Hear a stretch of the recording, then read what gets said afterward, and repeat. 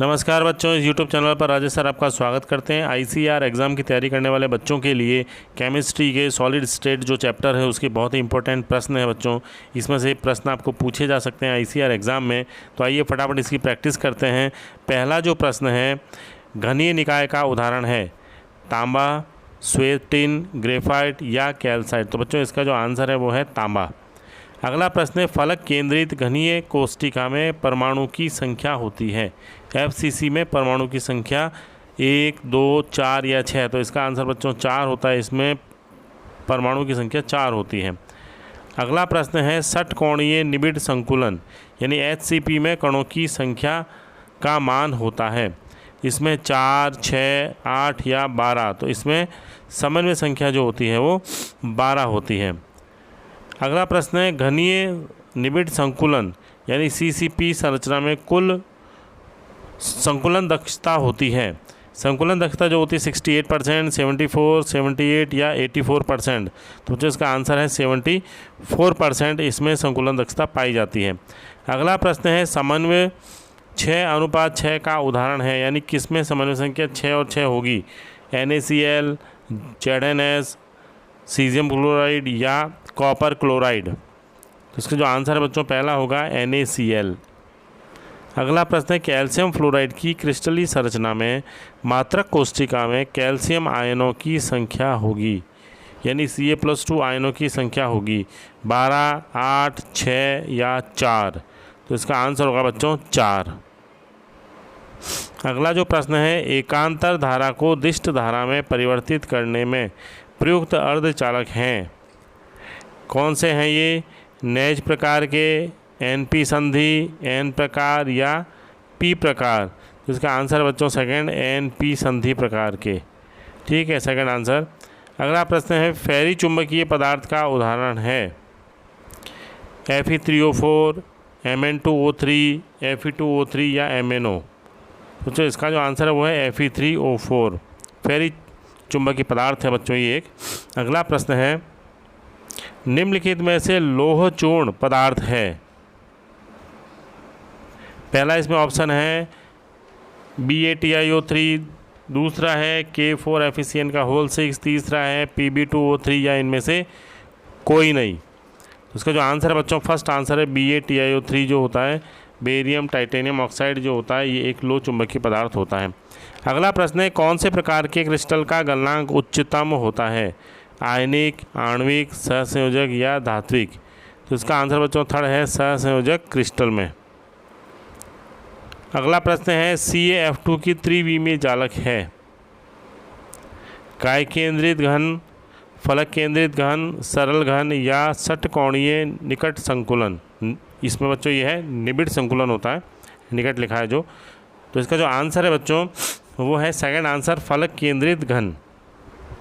अगला प्रश्न, NaCl की मात्रक कोष्टिका में होती हैं 4 NaCl इकाइयाँ, 3 NaCl ion, Na ion 6 Na+ ion या 6 Cl- आयन। तो इसका आंसर बच्चों फर्स्ट है 4 NaCl इकाइयाँ। प्रश्न नंबर 21 है बच्चों, निम्न में से सहसंयोजक ठोस है Fe, NaCl, हीरा या कॉपर। तो इसका आंसर है बच्चों हीरा। अगला प्रश्न है, एक N गोलों वाले निबिड़ संकुलन व्यवस्था में चतुष्फलकीय छिद्रों की संख्या होगी। तो इसकी संख्या जो होती है बच्चों दुगनी हो जाती है। तो इसका आंसर क्या हो गया 2N होगी, फोर्थ आंसर। अगला जो प्रश्न है, निम्न में से कौन सी त्रुटि क्रिस्टल के घनत्व को कम कर देती है। इसका आंसर है पहला शॉर्ट की। अगला प्रश्न, एक क्रिस्टल में कितने प्रकार के त्रिविमीय जालक संभव होते हैं। 23, 7, 230 या 14। तो इसमें 14 प्रकार के होते हैं बच्चों, आंसर है फोर्थ। अगला प्रश्न है, अर्धचालक की विद्युत चालकता है।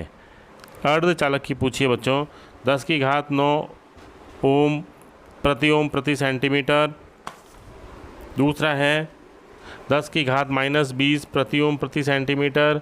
तीसरा है 10⁻² से 10⁻² प्रति ओम प्रति सेंटीमीटर या इनमें से कोई नहीं। तो बच्चों आंसर है थर्ड 10⁻² से 10⁻⁹ प्रति ओम प्रति सेंटीमीटर। अगला प्रश्न है, एक ठोस जालक में धन आयन जालक जो होता है वो स्थान को छोड़कर अंतरावकाश में स्थान ग्रहण कर लेता है। इस प्रकार की जालक त्रुटि को कहते हैं अंतराकाशी त्रुटि, खालिस्तान त्रुटि, शॉर्ट की त्रुटि या फ्रैंकल त्रुटि। तो इस प्रकार का जो दोष होता है बच्चों, तो त्रुटि होती है, उसको कहते हैं फ्रैंकल त्रुटि।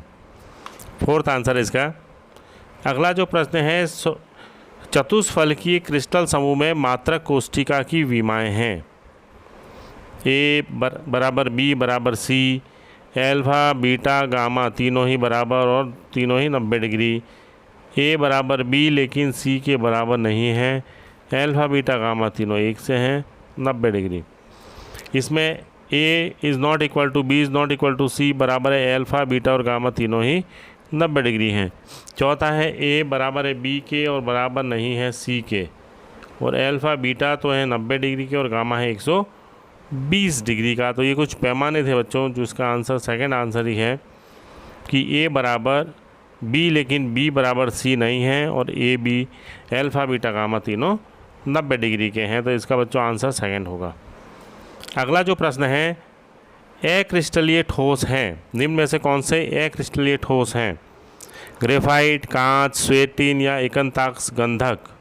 तो इसका आंसर बच्चों कांच। अगला प्रश्न है, क्रिस्टलीय ठोस का उदाहरण है हीरा, कांच, रबड़ या हीरा तथा कांच दोनों। तो बच्चों इसका आंसर है हीरा, एक क्रिस्टलीय ठोस का उदाहरण है।